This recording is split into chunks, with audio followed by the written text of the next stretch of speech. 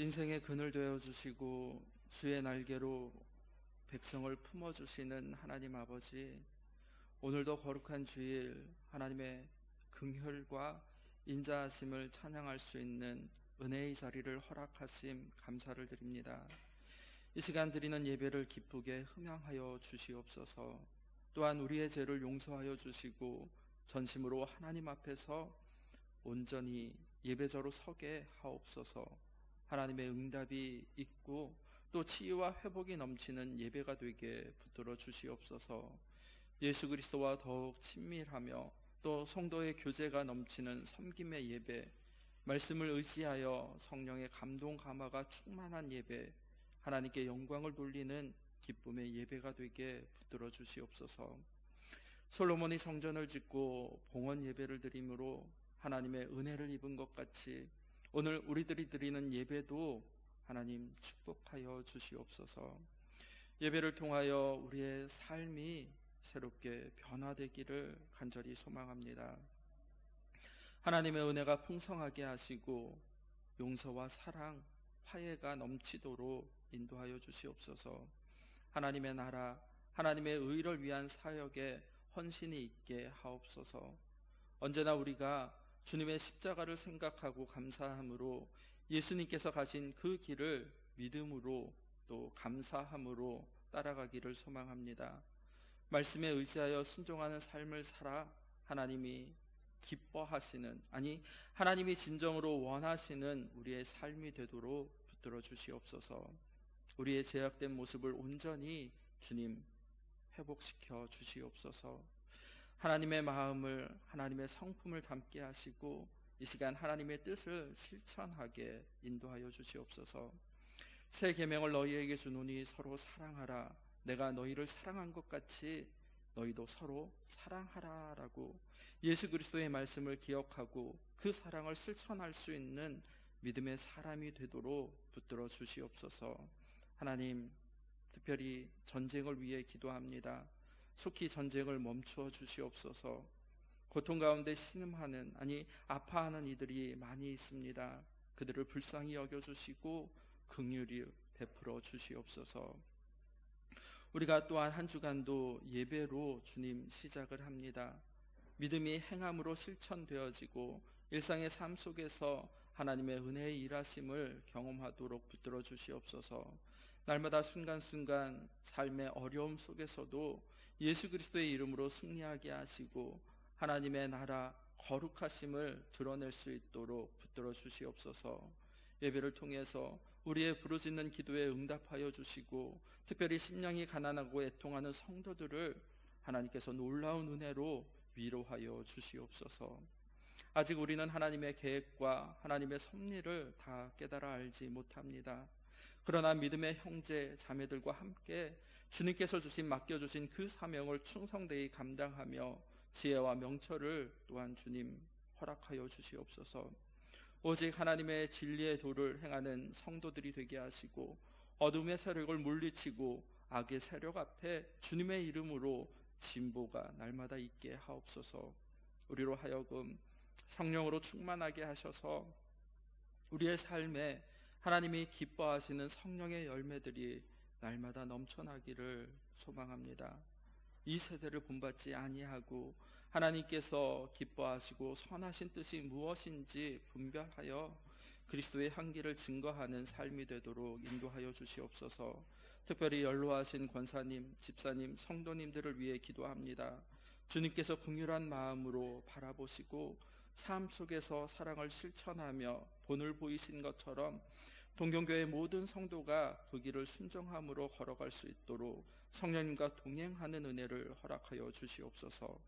말씀에 갈급하는 심령 위에 은혜를 부어주시는 아버지 하나님, 동경교회를 통하여 하나님의 나라, 하나님의 복음이 선포되고 증거되게 하옵소서.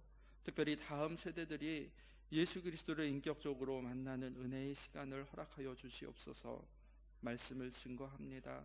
성령으로 충만하게 하시고 말씀을 듣는 우리 모두가 그 말씀을 통하여 하나님의 역사하심을 경험하며 또한 험한 세상을 이길 담대한 힘을 얻고 우리의 삶 속에서 풍성한 아름다운 열매를 맺게 하옵소서. 예배를 돕는 손길을 기억하여 주시고 말씀을 따라 진리에 순종하도록 붙들어 주시옵소서. 예수님의 이름으로 기도드립니다. 아멘.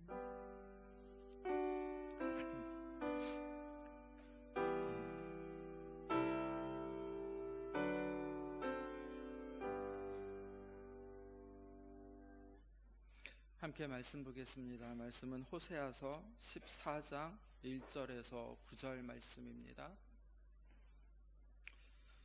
호세아서 14장 1절에서 9절 말씀 한 절씩 교독하겠습니다. 이스라엘아, 내 하나님 여호와께로 돌아오라. 내가 불의함으로 말미암아 엎드러졌느니라.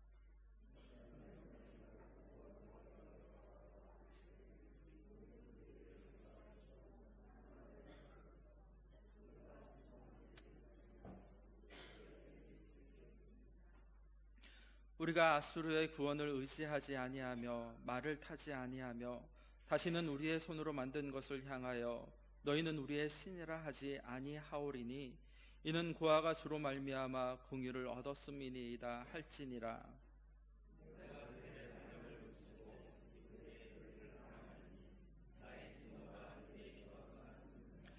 내가 이스라엘에게 이슬과 같으리니 그가 백합화 같이 피겠고 레바논 백향목같이 뿌리가 박힐 것이라.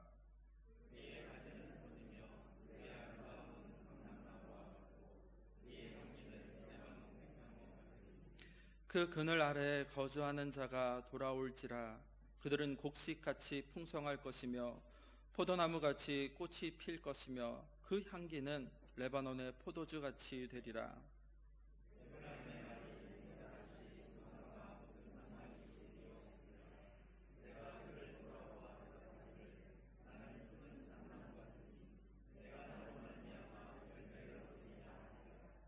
구절 말씀 함께 읽겠습니다.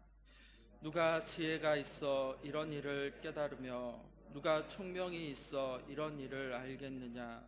여호와의 도는 정직하니 의인은 그 길로 다니거니와 그러나 죄인은 그 길에 걸려 넘어지리라. 아멘. 이 시간 말씀을 통해서 믿음으로 결단하시고 하나님의 은혜를 간구하는 성도 여러분의 가정이 되셨으면 좋겠습니다. 오늘은 호세아서 마지막 장입니다. 우리가 오늘 살피는 호세아 14장은 이스라엘 백성들을 향하여 진심으로 회개하고 하나님 앞으로 돌아오라라고 하는 하나님의 권면의 말씀입니다. 사실 이미 앞에서도 여러 번 말씀을 드렸습니다. 회개란 무엇입니까? 많은 분들이 회개하면 이렇게 생각하고 그치곤 합니다.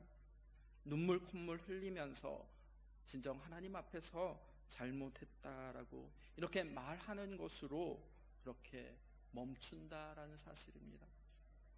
회개란 단순히 말로만 우리의 죄를 고백하는 것이 아닙니다. 아니, 물론 이런 과정들도 하나하나 다 필요합니다. 하지만 그것이 전부, 아니 그것이 다는 아니다라는 사실입니다. 회개는 방향을 바꾸는 것입니다. 아니, 하나님께서 요구하시는 삶의 자세로, 삶의 방향으로, 즉 표대를 향해 나아간다라는 사실입니다. 아무리 입술로 나의 잘못을 하나님 앞에서 고백했더라도 그의 삶에 변화가 없다면 진정한 회개가 아니다라고 성경은 오늘 우리에게 말하여 주고 있습니다. 나의 삶 속에서 변화의 열매가 맺혀지는 것, 즉 쉽게 말하면 성령의 인도하심을 따라 사는 삶을 말한다라는 것입니다. 바라기는 이 시간 하나님의 말씀을 통하여서 하나님을 인격적으로 만나는 성도 여러분들이 되셨으면 좋겠습니다. 그리고 또한 하나님의 덮어주심의 은혜 가운데 그렇게 서기를 간절히 소망하여 봅니다. 하나님의 말씀을 듣고 그리고 돌이켜서 하나님께 나오는 자는 하나님께서 어떻게 해주신다라고 말씀하셨습니까? 그들의 죄를 용서하여 주시고 그들을 받아주실 뿐만이 아니라 그들의 삶을 다시금 회복하여 주실 것이다 라고 은혜의 약속을 해 주셨다라는 사실입니다. 믿으십니까? 믿으셨으면 좋겠습니다. 성경 전체의 이야기는 바로 창조와 타락, 그리고 심판, 그리고 회복이라는 이 구조로 되어져 있다라는 사실입니다. 지도 하나 보여주시겠습니까? 우리가 잘 알고 있는 가나안 지역입니다. 이스라엘 백성들은 하나님의 인도하심 가운데 젖과 꿀이 흐르는 땅, 가나안 땅에 들어가서 그 땅을 정복하고 그리고 땅을 분배받았습니다. 여호수아가 살 동안은 하나님께 철저히 말씀에 의지하여서 하나님과 동행하는 삶을 살았지만 여호수아가 죽자 어떻게 되어졌다라고 말씀드렸습니까? 지난주에 말씀드린 것처럼 그들은 한없이 다음 세대로 진보하는 것이 아니라 오히려 다른 세대가 되어졌다라는 사실입니다. 한 번만 더 클릭해 주시겠습니까? 이처럼 사사시대처럼 죄, 심판, 다시금 간구하고 하나님께서 구원하시자 그것을 망각하여서 다시금 죄 앞에 들어서는 사사시대, 무려 12명의 사사가 이 반복의 과정을 거쳤다라는 사실입니다. 오늘 우리가 읽은 본문의 말씀인 호세아서도 이에서 크게 벗어나지 않는다라는 사실입니다. 하나님께서 이스라엘을 하나님 당신의 백성으로 불러주셨습니다. 그러나 이스라엘은 하나님의 말씀을 따라 순종하며 살아가기를 거절하였고 오히려 하나님이 아닌 우상 바알을 섬기며 그 땅에서 삶을 살아갔습니다. 그 결과 이스라엘 백성들은 어떠한 삶이 되었습니까? 하나님의 심판을 받고 BC 722년에 아수르에 의해서 그리고 BC 586년에 바벨론에 의해서 철저하게 멸망당하고 포로의 삶을 살아갔다라고 성경은 말하고 있습니다. 그러나 하나님께서는 당신의 백성들과 맺은 언약, 즉 아브라함과 맺은 언약, 이삭, 야곱과 맺은 언약을 잊지 아니하셨다라는 사실입니다. 비록 하나님을 배반하고 심판을 받아서 그들을 의지했던 이방 나라들로부터 그들은 버림을 받았지만 멸망하게 되고 포로의 생활을 하게 될 것이지만 하나님은 그런 이스라엘을 오늘 호세아서를 통하여서 다시금 살리실 것이다 라고 이렇게 말씀하여 주고 있다라는 사실입니다. 오늘 살필 호세아서 14장은 이스라엘을 새롭게 회복시키시는 재창조의 메시지가 담겨져 있습니다. 함께 1절 말씀 같이 한번 읽어보겠습니다. 호세아서 14장 1절입니다. 함께 읽겠습니다. 이스라엘아 내 하나님 여호와께로 돌아오라. 내가 불의함으로 말미암아 엎드러졌느니라. 아멘. 이제 하나님께서 이스라엘을 새롭게 하시겠다라고 그렇게 호세아 선지자에게 말하였습니다. 그러기 위해서는 먼저 이스라엘을 향하여서 어떻게 말씀하셨습니까? 1절 상반절 말씀에 보면 이스라엘아 내 하나님 여호와께로 돌아오라라고 이렇게 말씀하고 있다라는 사실입니다. 이스라엘은 죄악으로 넘어졌습니다. 아니 그러나 모든 것이 결코 끝난 것이 아니었다라는 사실입니다. 하나님의 음성을 듣고 하나님께로 돌아가는 자는 이제 다시금 살아나게 될 것이다 라고 하나님께서 말씀하셨습니다. 호세아서 13장 4절 말씀에 보면 이렇게 기록하고 있는 것을 볼 수가 있습니다. 그러나 애굽 땅에 있을 때부터 나는 내 하나님 여호와라. 나 밖에 내가 다른 신을 알지 말 것이라. 나 외에는 구원자가 없느니라 라고 분명 이스라엘 백성들에게 말씀하셨다라는 사실입니다. 함께 14절 말씀 같이 한번 읽어보겠습니다. 호세아서 13장 14절 말씀입니다. 함께 읽겠습니다. 내가 그들을 수월의 권세에서 속량하시며 사망에서 구속하리니 사망아 내 재앙이 어디 있느냐, 수월아 내 멸망이 어디 있느냐, 뉘우침이 내 눈앞에서 숨으리라. 아멘. 수월의 권세에서 속량하여 주시며 사망에서 구속하여 주시겠다라고 하나님께서 이스라엘과 약속하셨다라는 사실입니다. 호세아 선지자는 그 누구보다도 하나님의 뜻을 알았습니다. 하나님의 속량, 구속의 은혜가 무엇인지를 자신의 아내인 고멜을 통해서 이미 충분히 확인하였고 그 삶을 통해서 경험하였습니다. 하나님께서 남편과 가정을 버리고 다시금 창녀의 옛삶으로 돌아간 고멜을 호세아 선지자는 어떻게 하였습니까? 몸값을 주고 다시 데려와 살리신 것 같이 이스라엘을 속량하여 주시겠다라고 오늘 이렇게 말씀하여 주고 있습니다. 성도 여러분, 속량이 무엇을 의미합니까? 몸값을 지불하고 샀다라는 의미입니다. 하나님께서 쉽게 말하면 너는 내 것이다 라고 이렇게 말씀하신다라는 사실입니다. 우리는 호세아 선지자가 몸값을 주고 고멜을 데리고 온 이 일을 통해서 이제 이스라엘에게 대한 하나님의 속량 그리고 구속을 기대하며 소망할 수 있게 된다라는 사실입니다. 1절 상반절 말씀에서 호세아 선지자는 이스라엘이 죄로 인해 철저하게 망가지고 무너졌음에도 불구하고 이제라도 지금이라도 회개하고 내 하나님 여호와께로 돌아오라라고 거듭 호소하고 있습니다. 하나님께서 사람을 만드실 때 어떻게 만드셨습니까? 창세기 1장 27절 말씀에 보면 하나님이 자기 형상 곧 하나님의 형상대로 사람을 창조하시되라고, 하나님의 형상을 따라 창조하셨다라고 말씀하고 계십니다. 겉모습뿐만이 아니라 하나님의 성품, 하나님의 마음도 담게 하셨다라는 사실입니다. 우리가 하나님의 형상을 따라 창조되었다라는 이 말씀은 인간은 하나님을 떠나서는 절대로, 아니 결코 참된 행복과 참된 만족을 누리며 살아갈 수 없다라는 그 전제가 있다라는 사실입니다. 우리는 하나님 안에 있을 때 비로소, 아니 예수 그리스도 안에 거할 때 비로소 참된 만족과 참된 행복을 누리며 우리의 일상의 삶을 살아갈 수 있게 된다라는 사실입니다. 지금 이스라엘 백성들이 어떠한 상태에 있습니까? 1절 하반절 말씀에 보면 호세아 선지자는 이렇게 말하고 있습니다. 내가 불의함으로 말미암아 엎드러졌느니라 라고 말입니다.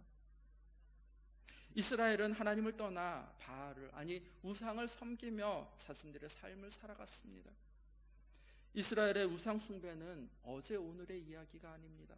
이미 지난 주일에 말씀드렸듯이 아주 오래전부터, 아니 출애굽 후에 시내산에서부터 지금 호세아 선지자가 말하고 있는 이 시대, 지금까지도 여전히 계속되어 왔다라는 사실입니다.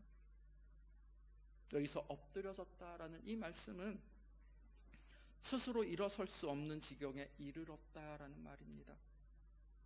스스로 일어설 자신의 잘못, 그 상황을 고칠 수 없는 그런 상황, 그리고 그러한 능력도 그들에게는 없었다라는 사실입니다. 성도 여러분, 이스라엘을 고치실 수 있는 분, 아니 오늘 우리의 삶을 고치실 수 있는 분은 오직 여호와 하나님 한 분밖에 없음을 믿으시기 바랍니다.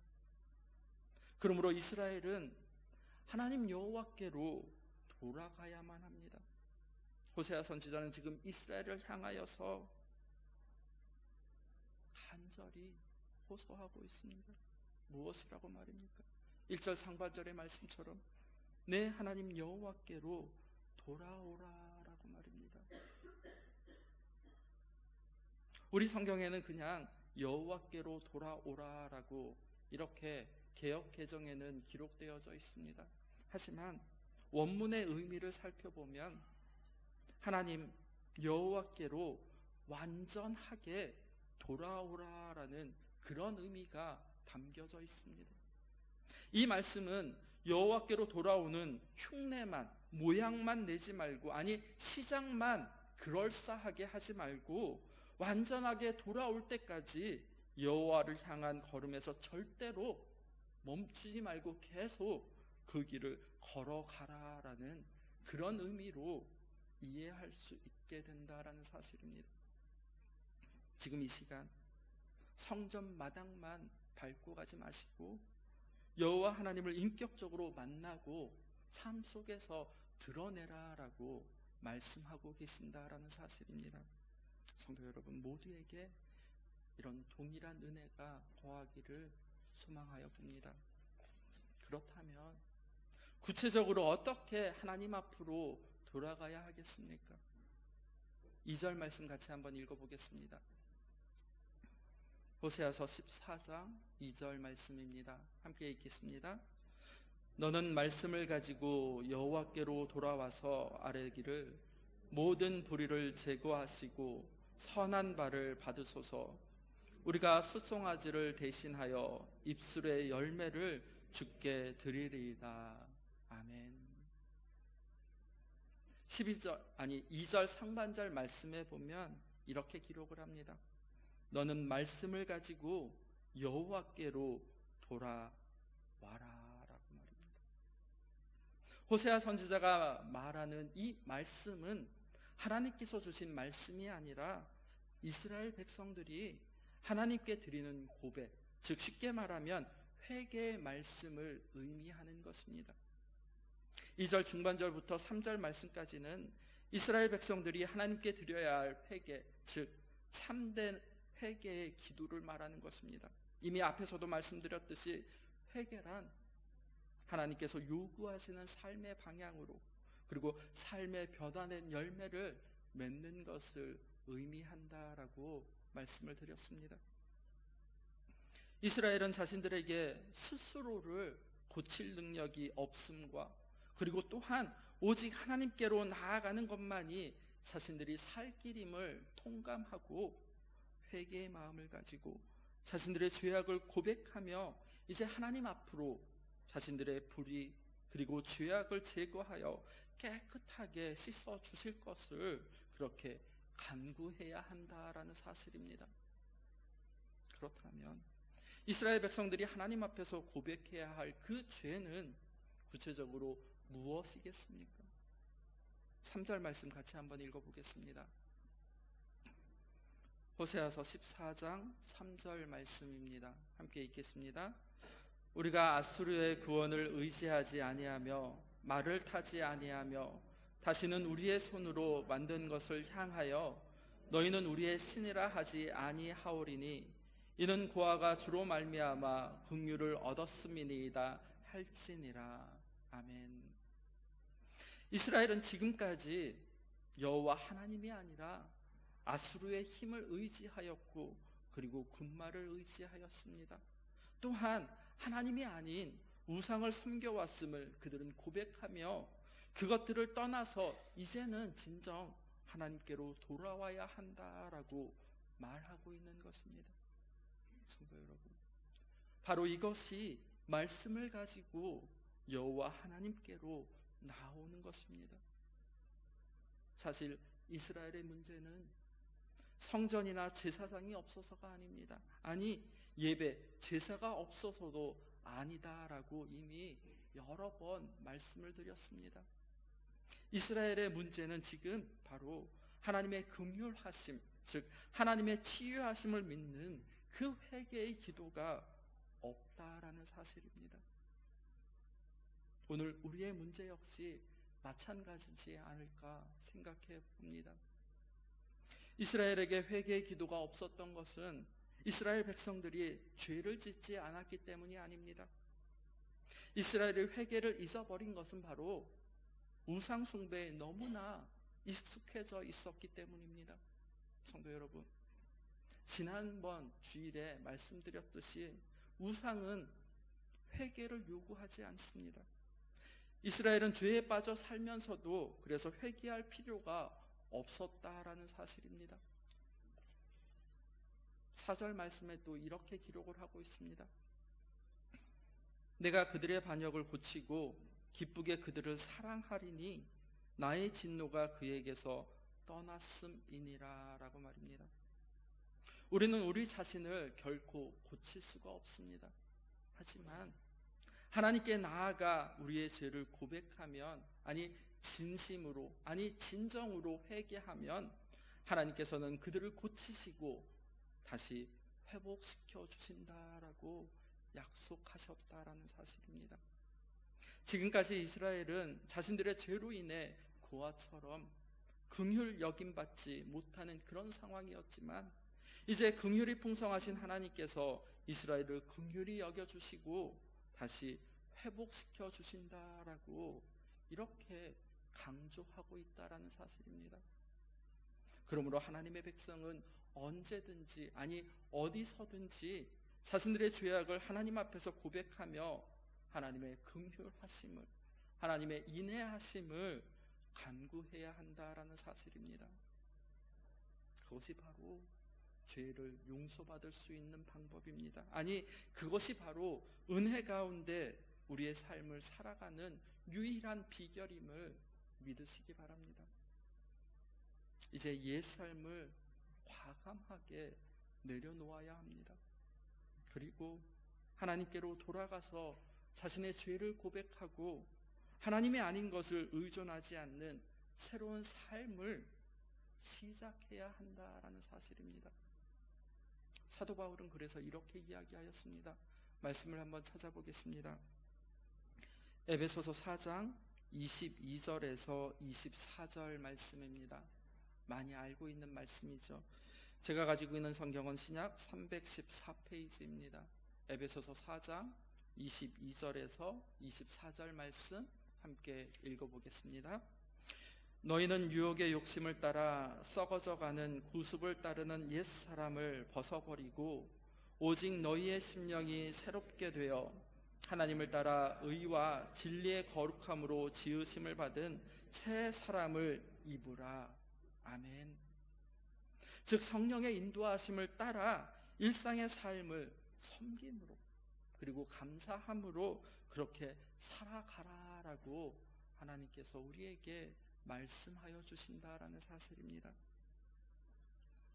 그런데 우리의 삶은 어떠합니까? 우리가 하나님께 결단하고 과감하게 나아갈 때, 그때 하나님께서는 우리의 모든 죄악을 용서하여 주시고 또 치료하여 주시며 다시금 원래대로 회복시켜 주신다라고 말씀하셨습니다. 그리고 다시는 죄악된 본성의 삶을 살아가지 않도록 끝까지 우리를 붙들어 주시고 또 인도해 주신다라고 약속하여 주셨습니다. 우리의 모든 죄를 사해 주시고 하나님 당신의 백성으로 불러주신 그 은혜가 얼마나 크고 놀라운 것인지를 참으로 깨달아 알게 된 사람은 죄를 미워할 뿐만이 아니라 다시는 죄악된 옛 삶으로 돌아가지 않기 위해 몸부림하며 일상의 삶을 살아가게 되어져 있다라는 사실입니다. 사도 바울은 그래서 빌립보서 1장 27절에 이렇게 말씀하고 있습니다. 오직 너희는 그리스도의 복음에 합당하게 생활하라. 이는 내가 너희에게 가보나 떠나 있으나 너희가 한 마음으로 서서 한 뜻으로 복음의 신앙을 위하여 협력하는 것과 라고 이렇게 바울은 이야기하고 있다라는 사실입니다. 이제 회개에 합당한 열매를 맺기 위해 어떻게 해야 하겠습니까? 끊임없이 하나님의 덮어주심의 은혜를 간구하며 살아가야 하지 않겠습니까? 계속해서 2절 하반절 말씀에 보면 호세아 선지자는 이렇게 말하고 있습니다. 우리가 수송아지를 대신하여 입술의 열매를 주께 드리리다라고 말입니다. 여기서 입술의 열매가 무엇을 의미하는 것이겠습니까? 기도가 삶을 통해서 실천됨으로 말미암아 맺혀지는 그 열매를 의미하는 것입니다. 단지 입술로만 드리는 기도가 아니라 이제는 온 삶을 통해서, 아니 나의 삶을, 우리의 삶을 통해서 드리는 기도를 말하고 있는 것입니다. 성도 여러분, 우리가 예수 그리스도의 십자가 보혈을 통해서 하나님께로 돌아가기만 하면 하나님께서는 우리의 모든 죄악을 다 고쳐주신다라고 말씀하셨습니다. 믿으십니까? 믿으시기 바랍니다. 하나님께로, 아니 복음으로 돌아가야 다시금 회복되어진다라는 사실입니다. 하나님께서는 단순히 우리를 용서하시고 그리고 끝내시는 분이 아니십니다. 우리의 삶 가운데 강력하게 간섭하시고 역사하시면서 우리를 사로잡고 있던 그 죄의 능력, 아니 죄의 권세를 깨트려 버리시고 이제는 하나님의 거룩한 자녀로, 자녀답게, 성도답게, 그리고 교회답게 새롭게 창조되는 그 은혜를 우리에게 허락하여 주신다라고 말입니다. 이스라엘을 향해, 아니 오늘 우리의 삶을 통해서 죄의 길에서 돌이켜서 하나님께로 나오라 하라고 하는 이 호소, 그리고 그 구체적인 방법을 알려주신 하나님께서는 이제 회개하며 나온 이스라엘 백성들을 어떻게 회복시켜 주실지를 구체적으로 말씀을 통해서 우리에게 가르쳐 주고 있습니다. 5절 말씀 보면 이렇게 기록을 합니다. 내가 이스라엘에게 이슬과 같으리니 그가 백합화 같이 피겠고 레바논 백향목 같이 뿌리가 박힐 것이라 라고 말입니다. 아침에 내리는 이슬은 식물을 싱싱하게 자라게 한다라고 합니다. 특별히 가나안 지역은 4월부터 10월까지 거의 비가 오지 아니하는 건기이기 때문에 이슬이 없으면 결코 식물이 자랄 수 없는 그런 환경에 속해 있습니다. 팔레스틴의 이슬은 식물을 소성에 절대적으로 필요한 그런 것입니다. 팔레스틴은 지중해와 요단강의 습도 그리고 심한 일교차이 때문에 연간 260일 이상 그곳에 이슬이 내린다라고 합니다. 이 6개월의 이 긴 건기 기간 동안에 이 이슬로 생명을 보존할 수 있게 되어지는 것입니다. 그래서 구약 성경에 이슬은 때로 허물을 상징하기도 합니다. 하지만 많은 경우를 바라보면 하나님의 축복, 그 하나님의 축복으로 인한 번영 그리고 생명력을 상징하기도 한다라는 사실입니다. 하나님께서는 당신이 이스라엘에게 이슬과 같을 것이다 라고 이렇게 말씀으로 하나님의 은혜로 이스라엘이 번성하며 번영을 누리게 될 것이다 라고 말씀하여 주고 있습니다. 또한 이스라엘이 백합화같이 피겠다라고 말씀하여 주고 있습니다. 봄이 되어 메말랐던 광야에 백합화가 가득 피어나는 것을 한번 상상해 보십시오. 얼마나 아름다운 광경이겠습니까? 죄에서 돌이킨 이스라엘에게 하나님께서 은혜를 베풀어 주심으로 이스라엘은 세상 가운데 그 누구보다도 아름다운 존재로 백합화처럼 세워지게 될 것이다 라고 5절은 말씀하여 주고 있습니다. 백합화는 겨우내 땅속에서 마치 죽은 것 같이 보이지만 봄 이슬로 인하여 다시 기운을 얻어 아주 빠른 속도로 성장하게 된다라고 합니다. 이처럼 회개하고 여호와 하나님께로 돌아온 이스라엘 백성들은 하나님의 은혜로 빠르게 성장하게 되어질 것입니다. 그런데 원래 백합화는 뿌리가 견고하지 못하다라고 합니다. 뿌리가 견고하지 못하기 때문에 쉽게 마르고 그리고 뽑혀버리기 쉽다라고 합니다. 그래서 하나님께서는 이스라엘의 백합화같이 자랄 것이다 라고 이렇게 말씀하신 다음에 5절 하반절에 레바논의 백향목같이 뿌리를 깊이 받게 될 것이다 라고 이 말씀을 덧붙여 주고 있는 것입니다. 레바논의 백향목은 레바논 산맥에서만 자라는 거대한 침엽수를 말합니다. 백향목은 악조건 속에서도 잘 자라고 그리고 키가 30m나 이상, 그리고 그 둘레가 10m가 넘는 것도 있다라고 합니다. 특별히 백향목은 아주 매끈하고 똑바르게 바르게 자랄 뿐만이 아니라 잘 휘어지지도 아니하고 향이 좋다라고 합니다. 그래서 솔로몬은 성전을 레바논의 백향목으로 지었습니다.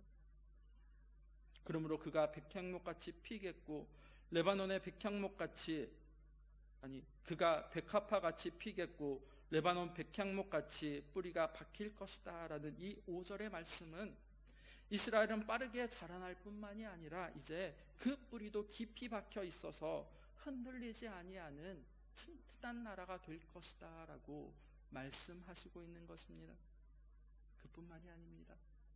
하나님의 은혜로 이스라엘은 키가 자라고 뿌리만 견고하게 내릴 뿐만이 아니라 옆으로도 넓게 퍼질 것이다 라고 6절에서 말씀해 주고 있습니다. 6절 말씀에 보면 그의 가지는 퍼지며 그의 아름다움은 감람나무와 같고 그의 향기는 레바논 백향목 같으리니 라고 말씀하고 있습니다. 여기서 그의 가지는 퍼지며 라는 이 말씀은 옆으로도 넓게 퍼지면서 자라 풍성한 열매를 맺고 이제 다른 사람에게도 더 많은 위안을 주게 될 것이다 라고 말씀하시는 것입니다.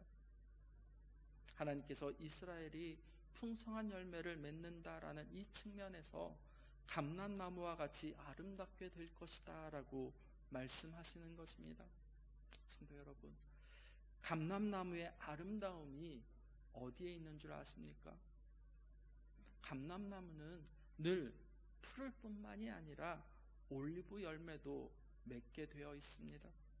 올리브 열매는 열매 그 자체를 먹기도 하지만 사실 기름을 짜기도 합니다. 그래서 감람류는 올리브를 상징하는 것이고 또한 성전에서 사용하는 기름이 바로 이 올리브유입니다. 감람나무가 아름다운 것은 바로 늘 푸르기도 하지만 우리에게 유익한 열매를 맺기 때문에 그러합니다. 계속해서 6절 하반절 말씀에 보면 그의 향기는 레바논 백향목 같으리니 라고 이렇게 말씀하여 주고 있습니다. 이제 이스라엘 백성들이 자신들의 죄를 회개하고 하나님의 말씀을 따라 순종하며 영적으로 성숙한 삶을 살아감으로 말미암아 아름다운 향기를 바라는 그런 삶을 살게 될 것이다 라고 5절과 6절은 말씀하고 있는 것입니다. 이어 7절 말씀 같이 한번 읽어보겠습니다. 호세아서 14장 7절 말씀입니다. 함께 읽겠습니다. 그 그늘 아래에 거주하는 자가 돌아올지라 그들은 곡식같이 풍성할 것이며 포도나무같이 꽃이 필 것이며 그 향기는 레바논의 포도주같이 되리라. 아멘.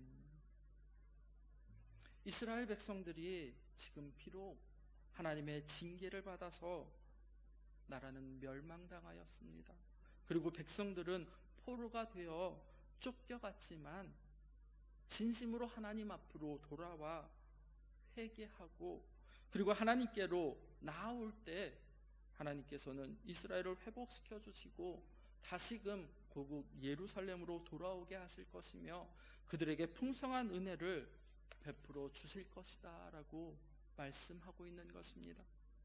과거 이스라엘은 풍성한 열매를 위해 참나무와 버드나무 그리고 상수리나무 아래에서 바알에게 분향하며 음행하기를 즐겼지만 이제는 그 어리석음을 하나님 앞에서 회개하고 여호와의 그늘로 돌아와서 하나님의 보호 아래 쉬게 될 것이다 라고 7절은 말씀하고 있는 것입니다. 그 삶은 풍요롭습니다. 아니 번성하게 될 것이며 하나님의 영광을 드러내며 세상의 행복, 기쁨을 주는 그런 복된 삶이 될 것이다 라고 말입니다.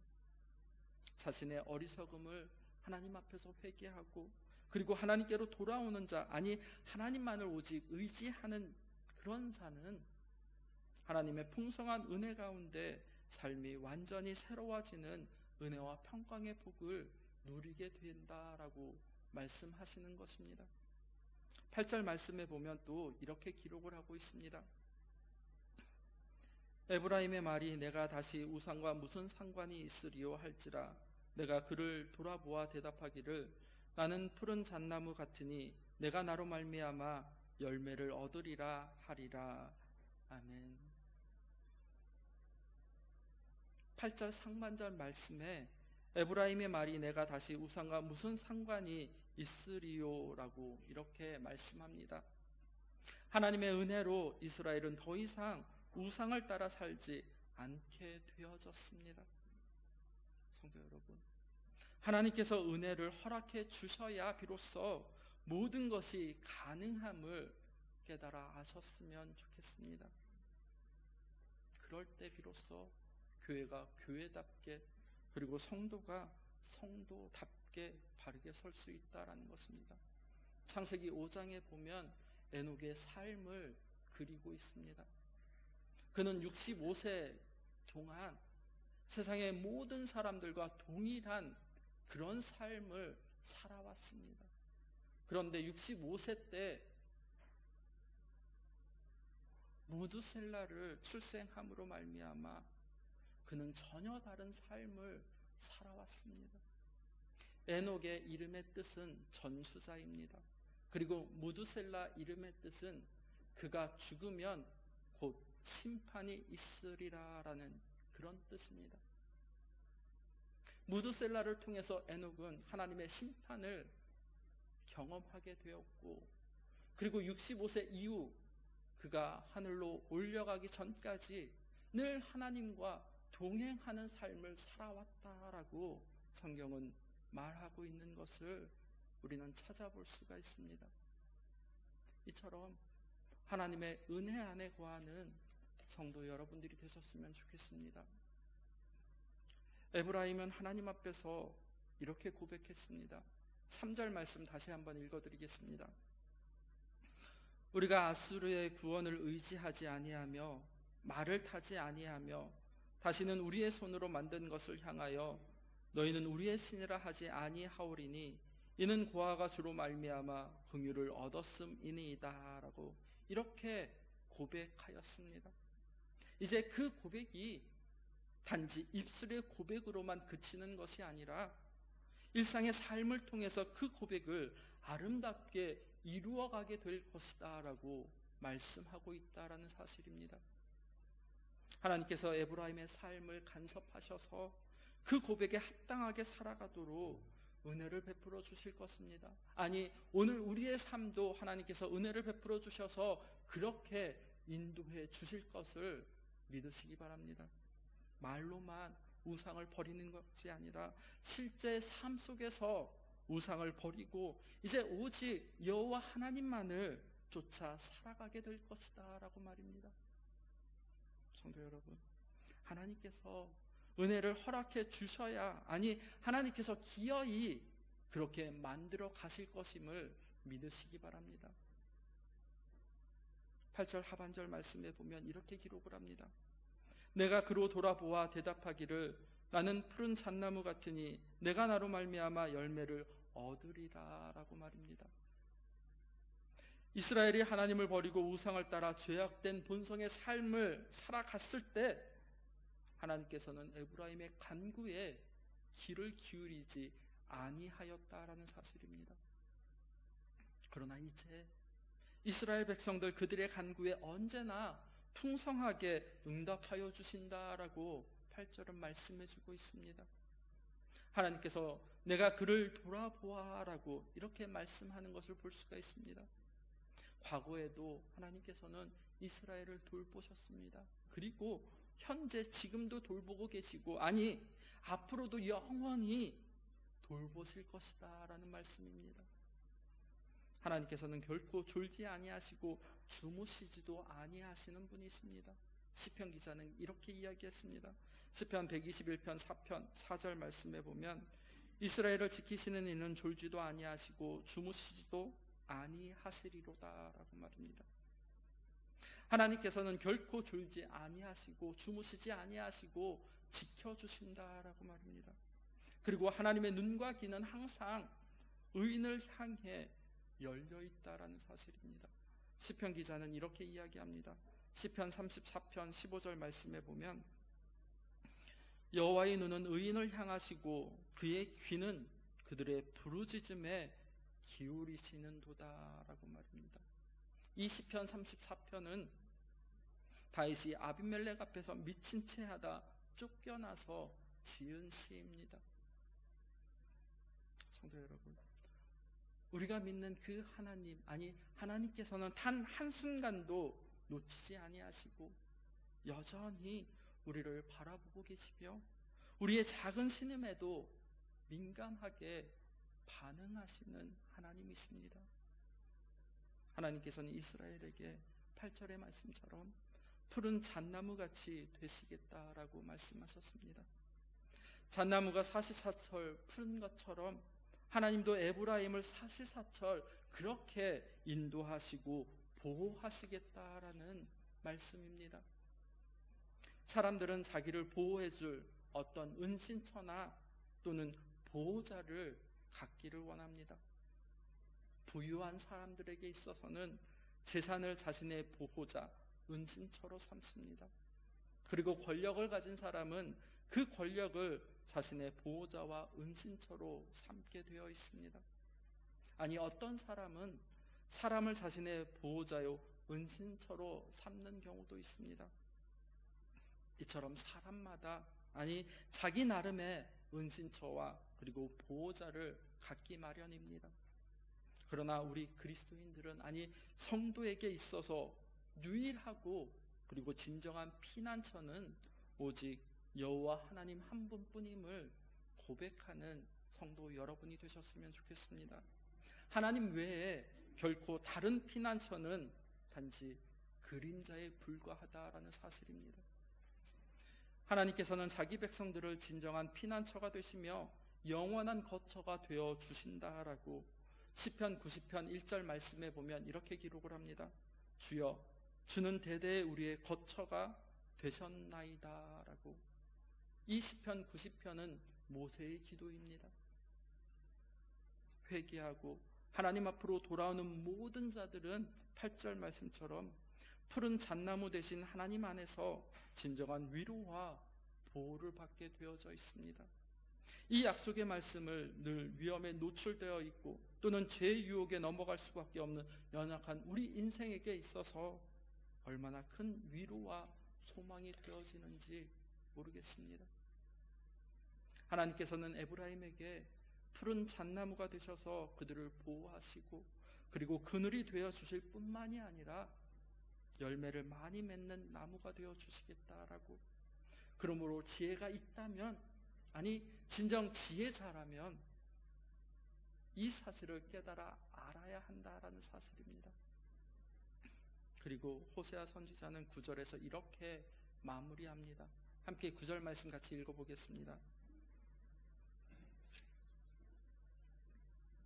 호세아 14장 9절 말씀 함께 읽겠습니다. 누가 지혜가 있어 이런 일을 깨달으며 누가 총명이 있어 이런 일을 알겠느냐. 여호와의 도는 정직하니 의인은 그 길로 다니거니와 그러나 죄인은 그 길에 걸려 넘어지느니라. 아멘. 이 호세아서 14장 9절의 말씀은 마치 신명기 30장에 있는 말씀과 매우 유사합니다. 모세는 약속의 땅 가나안 그곳을 보며 모압 평지에서 이스라엘 백성들에게 말씀을 증거한 후 이스라엘 백성들에게 이렇게 권면하였습니다. 신명기 30장 19절 20절 말씀에 보면 이렇게 기록을 하고 있습니다. 내가 오늘 하늘과 땅을 불러 너희에게 증거로 삼노라. 내가 생명과 사망과 복과 저주를 내 앞에 두었은즉 너와 내 자손이 살기 위하여 생명을 택하고 내 하나님 여호와를 사랑하고 그의 말씀을 청종하며 또 그를 의지하라. 그는 내 생명이시요 내 장수이시니 여호와께서 내 조상 아브라함과 이삭과 야곱에게 주리라고 맹세하신 땅에 내가 거주하리라라고 모세는 이스라엘 백성들에게 이렇게 권면하였습니다. 성도 여러분, 우리가 하나님 앞에서 복을 누리며 살아갈지 혹은 저주를 받게 될 것인지는 바로 우리의 선택에 달려 있습니다. 하나님을 경외하며 여호와의 도를 따라 정직한 삶, 아니 의인의 삶을 살아가는 자는 복을 받게 될 것이지만 죄의 길로 나아가는 자는 저주를 받게 될 것이다 라고 말씀하고 있습니다. 누가 하나님의 말씀을 따라 순종하며 일상의 삶을 살아갈 수 있겠습니까? 호세아 선지자는 9절 말씀에서 의인은 그 길을 다니거니와 라고 이렇게 말씀하여 주고 있습니다. 여기서 그 길은 무엇을 의미합니까? 그 길은 바로 하나님의 말씀입니다. 호세아 선지자는 오직 의인, 아니 하나님과 바른 관계 안에 놓여 있는 그 사람만이 오직 하나님의 말씀을 따라 그렇게 삶을 살아갈 수 있다라고 오늘 우리에게 말씀하여 주고 있습니다. 이제 말씀을 맺겠습니다. 성령 하나님께서 우리에게 한없는 은혜를 베풀어 주셔서 우리로 패역한 이 시대를 따라 살지 아니하게 하시고 오직 하나님의 말씀을 듣고 깨달아서 하나님께서 말씀하신 대로 행하는 자, 그리고 지혜롭고 총명한 사람이 되어 주시기를 이 시간 간절히 소망하여 봅니다. 오늘 호세아 선지자가 전한 하나님의 사랑과 분노, 그리고 징계와 심판, 그리고 치유와 회복의 메시지를 진정 바르게 깨달으시고 어떠한 역경과 환난, 그리고 핍박, 방해, 비록 손해가 올지라도 여호와 하나님만을 의지하며 복음 진리의 말씀을 따라서 신실한 믿음의 사람, 하나님의 사람으로 일상의 삶을 살게 해 주시기를 간절히 소망하여 봅니다. 그래서 하나님께서 약속하신 모든 축복을 받아 누리는 성도 여러분 모두가 되기를 예수님의 이름으로 축복합니다. 기도하겠습니다. 우리를 영원한 사랑으로 붙드시는 하나님 아버지, 은혜와 사랑을 감사드립니다. 우리를 패역한 시대로 살게 하심, 아니 그럼에도 불구하고 오직 하나님만을 의지하며 세상의 거짓에 속아 그것을 붙들고 의지하고 살아왔음을 주님 용서하여 주시옵소서. 모든 죄악을 떠나 속히 하나님께로 돌아와 하나님의 자비하심과 긍휼하심 속에 치유와 회복을 경험하는 성도 한 사람 한 사람이 될 수 있도록 은혜를 베풀어 주시옵소서. 하나님과의 바른 관계를 통하여서 우리를 위해 예비하신 생명과 복을 누리게 하시고 하나님께 영광 돌리기 위해 살아가도록 성령님 붙들어 주시옵소서. 예수님의 이름으로 기도드립니다. 아멘.